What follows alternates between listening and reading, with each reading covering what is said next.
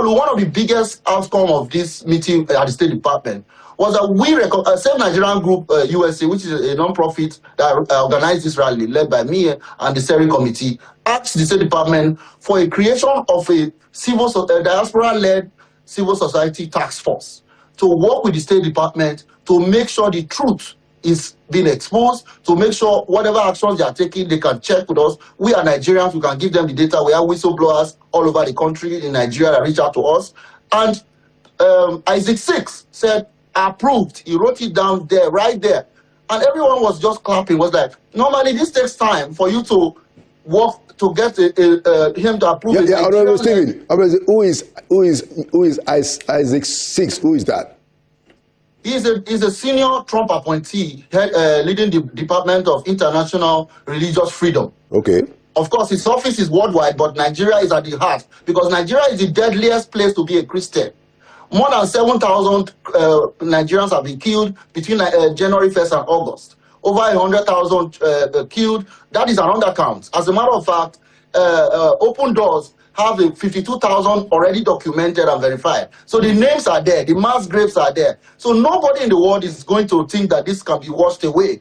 And one of the mistakes our government in Nigeria may make is to continue to lie that others are being killed, that is not only Christians. You are indicting yourself because the role of a government is the protection of life and property. So you are saying that Save Nigerian Group and others in America are lying, that Christians are being killed, that is not only Christians.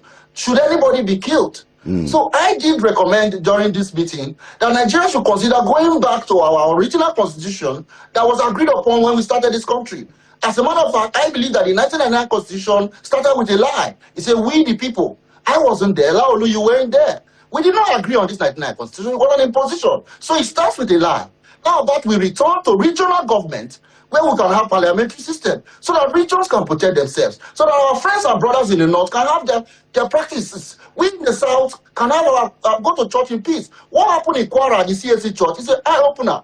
Everybody going to church today in Nigeria is not safe because they can invade your church and kill you. So those are the things we laid out in the State Department. And the Office of the International Foreign Religious Freedom said they are focused on bringing hard sanctions to all those who are responsible for this. And they've asked us as a Nigerian diaspora group, Save Nigerian Group and others, to come up with names for them. So we are compiling those names and they will definitely see more sanctions coming. So Marco Rubio is just starting with visa sanctions, but beyond visas, asset freezes and the Magnitsky Act, which freezes assets globally, is something that we recommended to them and they wrote it down because they know that Nigerian sponsors of this, they are in government, they are in high places, and they have properties in Dubai, Monaco, and the rest. Those assets will be freezed. They will sit at home with Nigerians. They will now feel the heat so that they will not escape consequences. Those are some of the things we had. Thank you, Laolu.